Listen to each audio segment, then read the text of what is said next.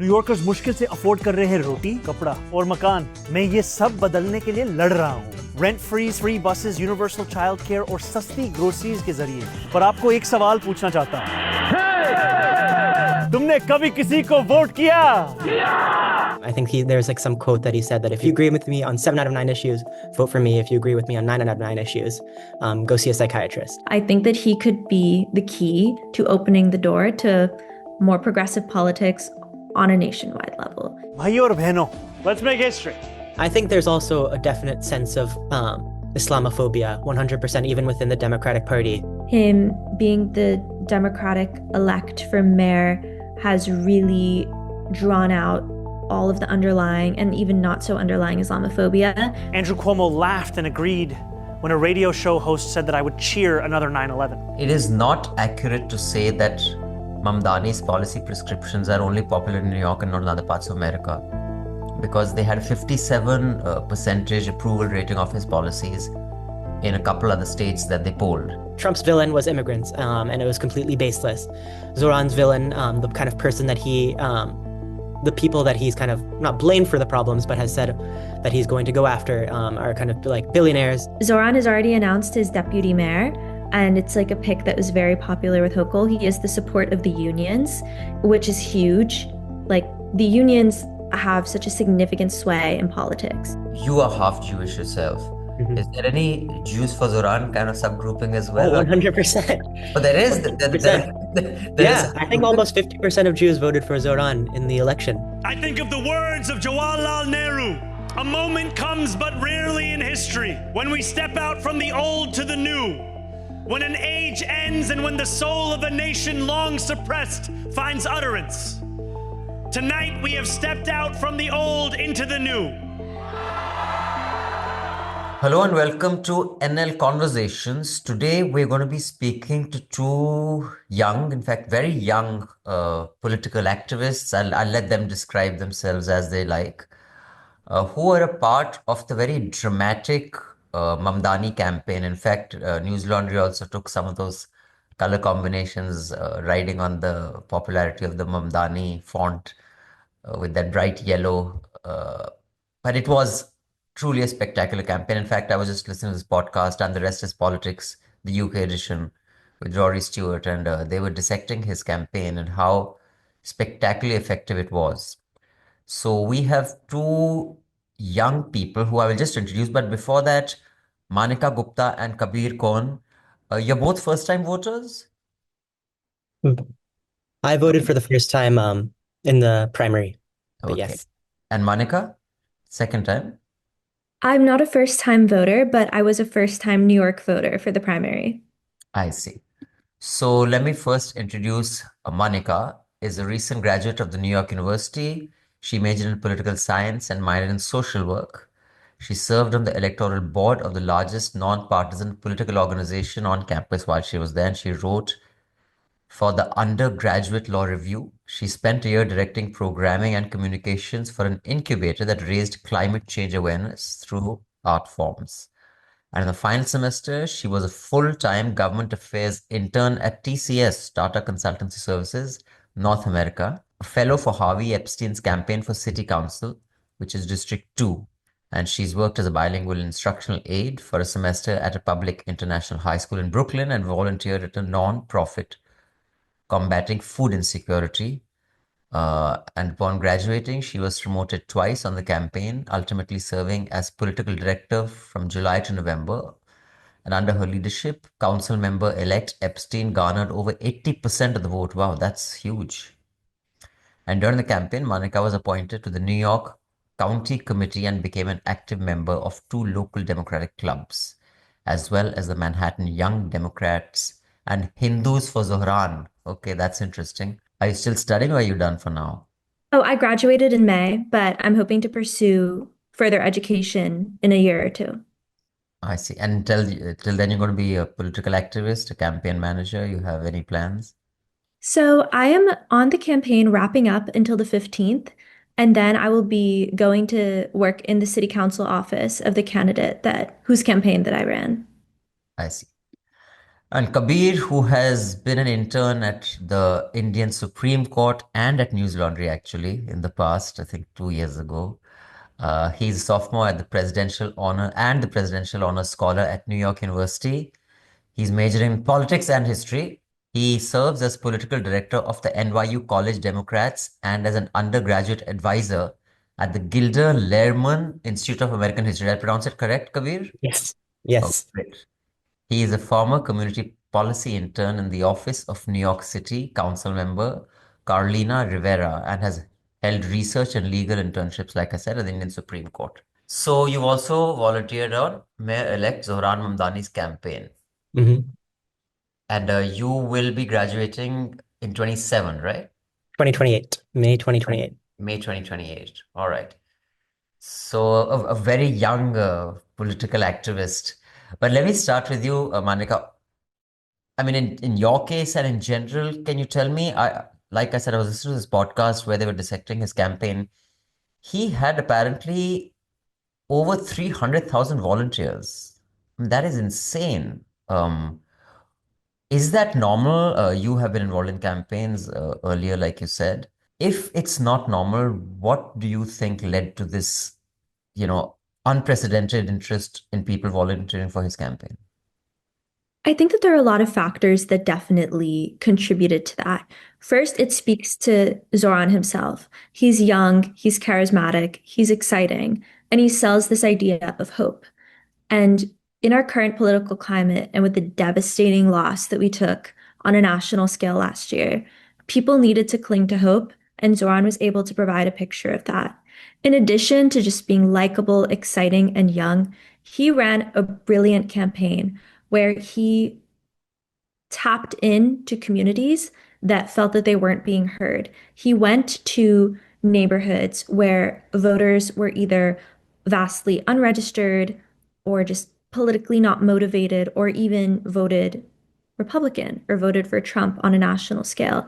And he listened to their concerns. He zoned in on the fact that affordability is a primary concern when most New Yorkers are voting. And then he based his platform around that, which was completely brilliant.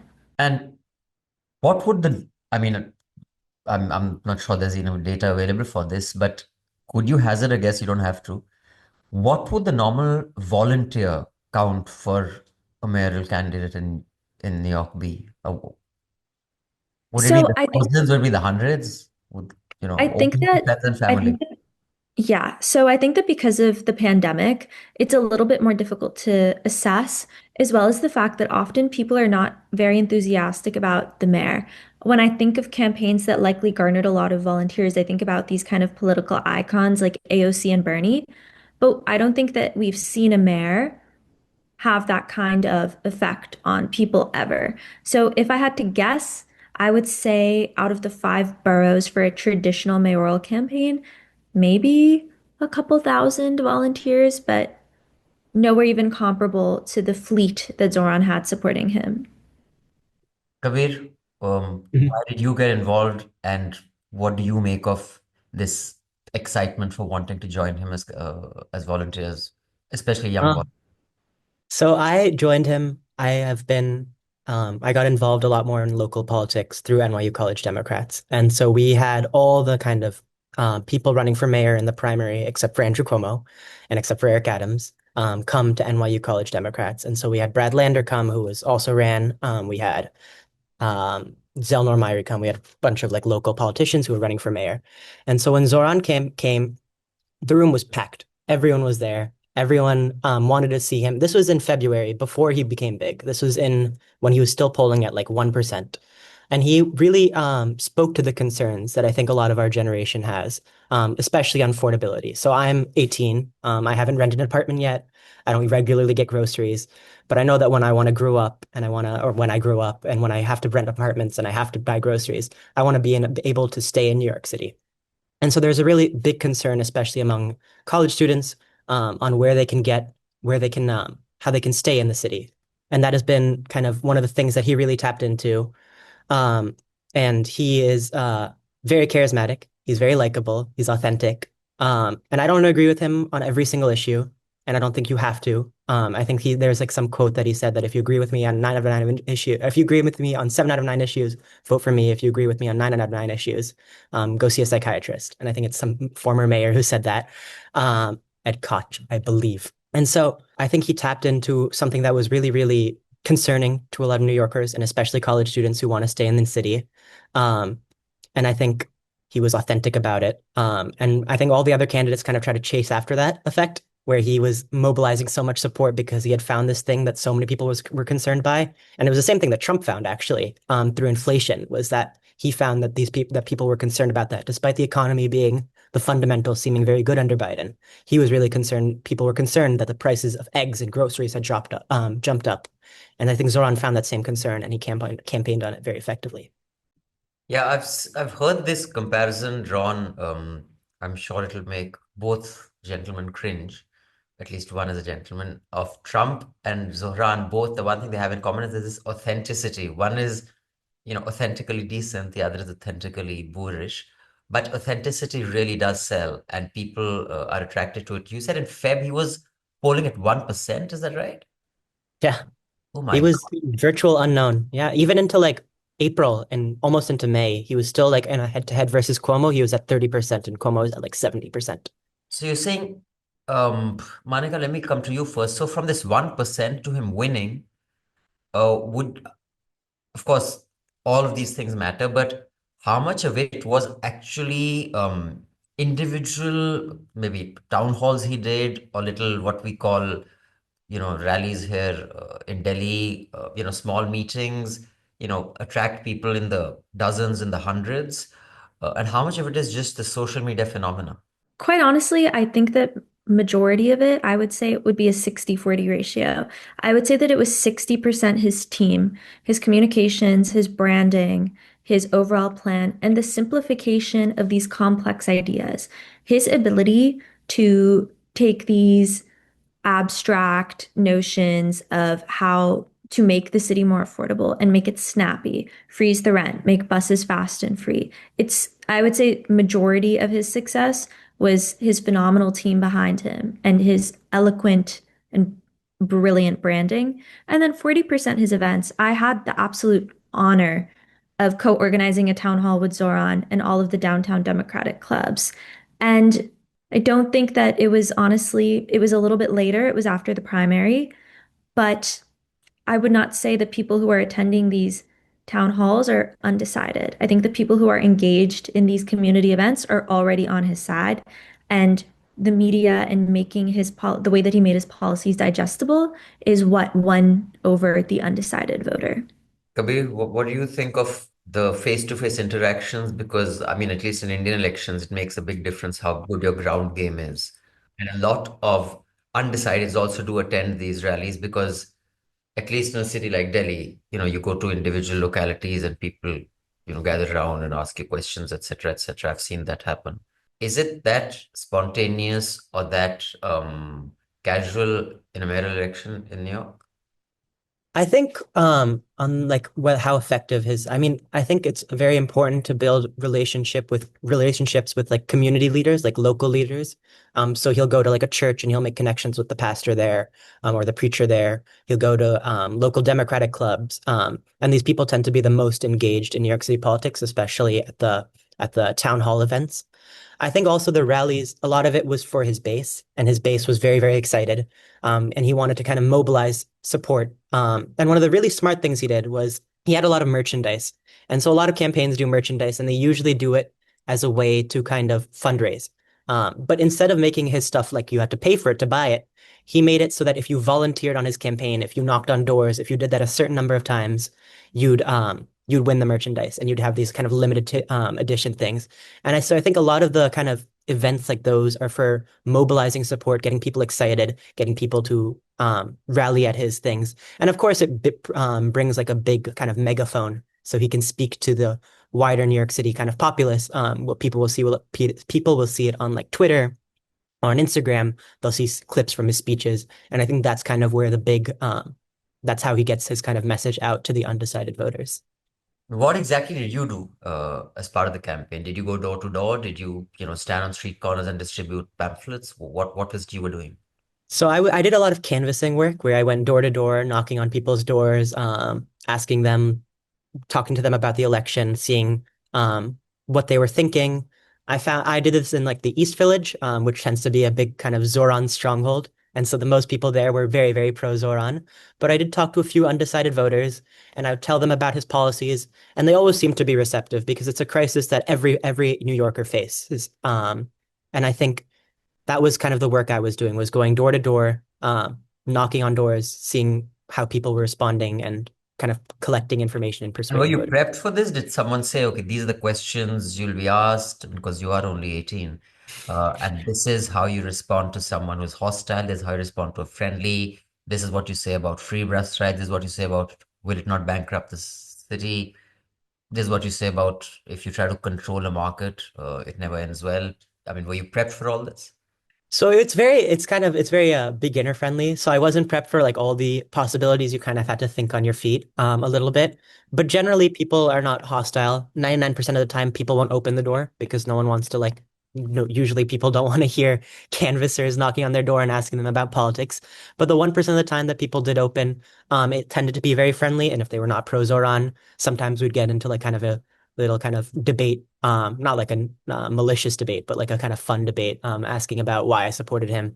And so there was like a little bit of prep, like what you should do, how you should get into buildings, what's legal, what's not legal, because you can't go through people's mail and you can't put things in people's mail because that's a very bad felony, and you would get arrested for that. But there was beyond that, there were like some questions we had to ask, and just kind of survey questions that we were asking and trying to persuade the voter. And you take this information back to someone so they had a database of how people are thinking, or it was just convince It as many. was It was on an app. So there's like an app called Minivan, which a lot of campaigns use. And so we'd kind of record all the information in the app, and then they would get all that information. Right. And Monica, what was it that was your responsibility specifically? How were you involved in the campaign? So I led the campaign of a city council candidate who had cross-endorsed with Zoran right after the primary. So our office, we allowed it to be a headquarters for the Zoran canvassers in the East Village. We equipped all of our canvassers with Zoran's literature as well. We put his posters in our office and we did a few events with him. My candidate currently is the assembly member for the 74th Assembly District. So him and Zoran have known each other for years in the assembly. And the candidate that I work for has been a really vocal advocate. So a lot of my personal, I guess, work in getting Zoran elected was through this current elected official whose campaign that I ran. And I went to, when I would canvass for the candidate that I was working for, I would always bring Zoran's literature with me. Whenever I was anywhere at an early voting site or anywhere, we did bundles. So it would be my candidate's literature, the Democratic nominee for Manhattan Borough President, and Zoran's literature, and just our focus from the primary to the general, because it wasn't as competitive of a race for us, was getting all of the Democrats elected down the ballot, specifically the Working Families Party candidates, as well as the candidate that I work for was the Working Families Party first ranked choice. So they share the same line. So I guess since you had a little more experience, did you have to prep some of the youngsters on the kind of question that they could be asked? How would you respond to them? We did a lot more door knocking up but until the primary, and a lot of our volunteers, at least for the campaign that I worked on, were quite well versed. Everyone pretty much had done it before. We didn't have a lot of first time volunteers, and we would send people in pairs. So there would be someone experienced with someone inexperienced, where they were so no one was ever in a position where they felt caught off guard or unsafe. Okay, so they were a buddy system, the rookie and the Mhm. okay. This one question on this Hindus for Zoran. I was just wondering because given the current world politics at the moment, there is a religious identity associated with any grouping. People will take a minute, depending on which side of religious, let's say, belief you're on or how devout you are. It can be counterproductive, but I've seen a lot of this, so and so for Zoran. Someone sent me a picture of these girls, hot girls for Zoran. There is Hindus for Zoran. There is a lot of these. So, the hot girls for Zoran kind of thing that I saw in other presidential campaigns also, that's fun. But the moment you have a religious identity attached, uh, you think it also runs the risk of actually being counterproductive than actually getting a certain grouping for him? What was your experience? I think that there is a risk associated with putting any label on a group kind of in support of a candidate. Hindus for Zoran was not affiliated with the campaign in any official capacity. It's just kind of a small, tight-knit community that did these fun events. Zoran would sometimes come to them. His mom came to one of the Hindus for Zoran events, I think last weekend or 2 weekends ago. But because it wasn't officially affiliated with the campaign and was a little bit smaller and kind of just operated like on WhatsApp and with the occasional event, I don't think that it was harmful or counterproductive. And the it was originated because there was this specifically along religious lines, this controversy surrounding Zoran, which just should not, I don't think should exist. But unfortunately, him being the Democratic elect for mayor has really drawn out all of the underlying and even not so underlying Islamophobia that continues to plague New York post 9/11. And so for there to be these groups where you can have a strong religious identity and be supportive of Zoran, I think is overall a very positive thing. So it was more because, I mean, he is half Hindu and half Muslim. And even in India, once he was elected, there was sudden this barrage of attacks on his Islamic lineage. So you're saying it was more just to say that there is a grouping that does not kind of, I mean, it was a response to that negative campaign, is that right? I'm not one of the founders, so I can't speak to it exactly, but just from For you. for me, yeah. So what I think is that it was kind of formed in solidarity, in solidarity with him, in solidarity of him holding these two identities. Kabir, now, as far as the campaign goes, it appealed to the young people. It was noticed the world over. I'm sure there'll be case studies on it in advertising agencies and marketing companies, even MBAs, because it is a very dramatic and unlikely victory. Um, but as far as the policy prescriptions are concerned, I saw I don't know where I read it, just this morning while before I was talking to you guys, that it is, I don't know who carried out that poll, but it is a credible agency because a credible journalist had tweeted it out, that it is not accurate to say that Mamdani's policy prescriptions are only popular in New York and not in other parts of America, because they had a 57 percentage approval rating of his policies in a couple other states that they polled. So they said this is a democratic myth. And within the Democrats, Newsom is the governor of California, right? Yep. So he had tweeted a congratulation to the Virginia candidate and the other one, but not to Zoran. Am I right? He did not name Mhm. Zoran in his tweet. I know that Pete Buttigieg did that. I don't know if Yeah, Newsom. Pete Buttigieg is correct. Yeah. He did that. And there were a couple who are not so thrilled. Hmm. What do you make of it? Do you think the traditional old school Democrats are out of touch with the young Democrats who are overwhelmingly on the Democratic side rather than Republican? Or you think there is something there which things that work in New York don't necessarily work in Middle America? Well, I think 100% establishment Democrats are now very, very unpopular. I think there was some poll recently that said that there was like a 40% approval rating among Democrats of Democratic leadership in Congress. And so they're very, very unpopular. They're seen as weak. They're seen as they don't have a clear message. So one of the things that Democrats have done traditionally is that they've defined themselves in opposition to Trump. They've defined themselves as being against what Trump is putting forward. And so there's plenty of things. They'll be against tariffs. They'll be against, and Trump goes fast. And so he has a lot of things that he goes for. But one of the things that they've been lacking is they've been lacking a positive kind of message for what they want to do when they're in power. And so I think there's a very strong concern among a lot of like, especially Chuck Schumer, who's the Senate Majority Leader among the Democrats. And I think he thinks that across the country that people will tie Zoran to kind of more like kind of because New York is very, very progressive. In kind of more centrist areas, there's a worry that people will say, look, they're running Zohran Mamdani, and it's going to be in kind of like areas that are more rural or more swing state areas. And so I think there's that concern. I don't think it's grounded in any sort of reality. They've always had a boogeyman that they've looked after. At one point it was AOC, but now AOC is pretty popular even among kind of mainstream America. Um, and there's this, I think there's also a definite sense of Islamophobia, 100%, even within the Democratic Party. And it shouldn't be like that because we were supposed to be the progressive ones, the big tent party. But I remember after the mayoral election, I think the senator, Kirsten Gillibrand, who's a senator from New York, said that Zoran supported global jihad, which he's never said.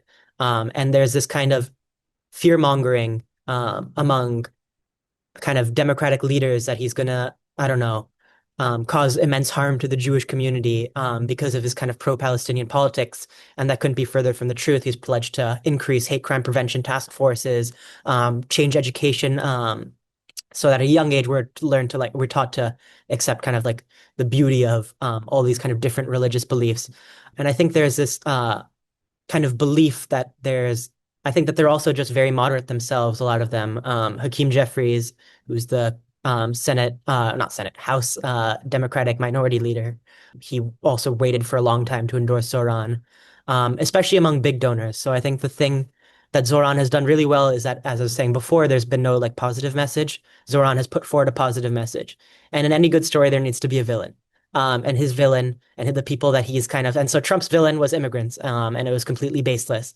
Zoran's villain, the kind of person that the people that he's kind of not blamed for the problems, but has said that he's going to go after, are kind of like billionaires. And there's a lot of billionaire donors to Democratic politicians who are very concerned about this kind of populist left-wing kind of insurgency almost within the Democratic Party.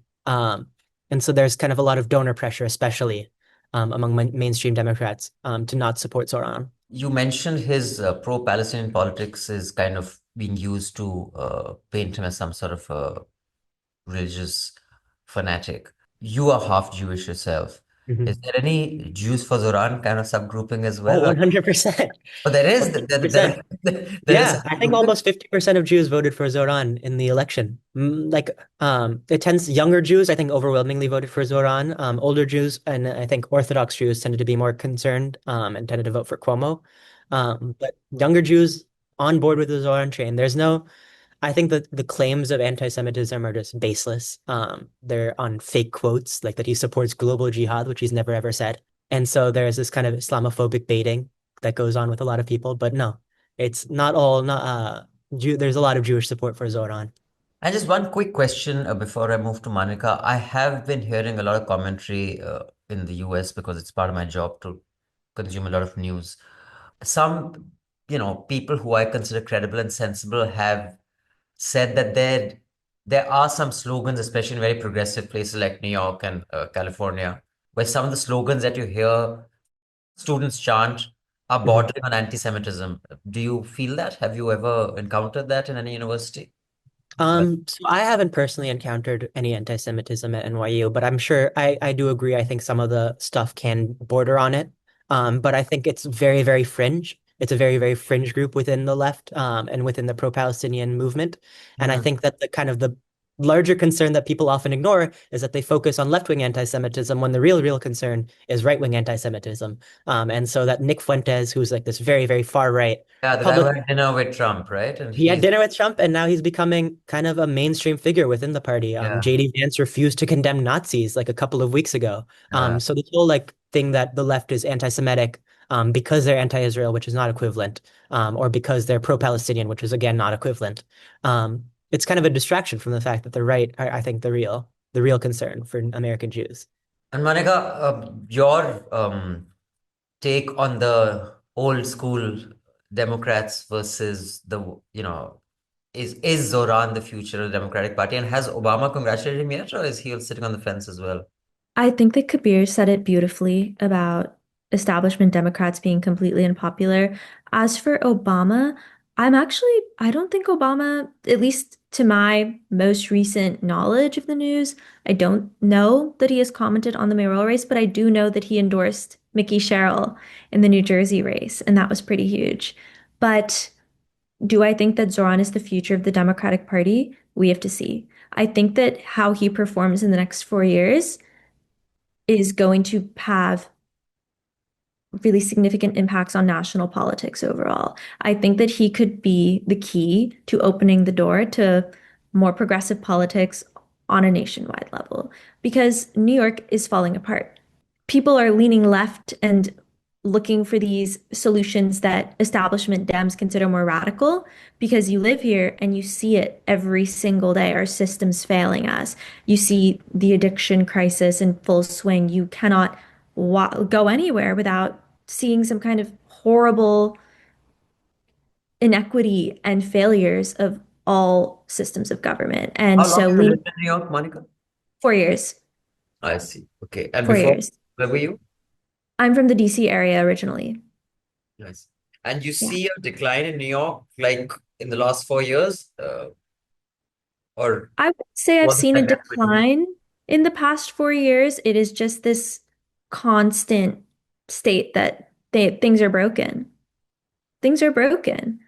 And you feel it. You take the train, it's delayed. You see people unhoused, obviously suffering, no compassion. And why do you think that is? Oh, that's that is a loaded question. I Mhm. think that I think that it is an issue of funding. I think that a lot of our programs are not, like a lot of these programs are not funded. And I also think that there's a cultural aspect to it where we have just become so desensitized.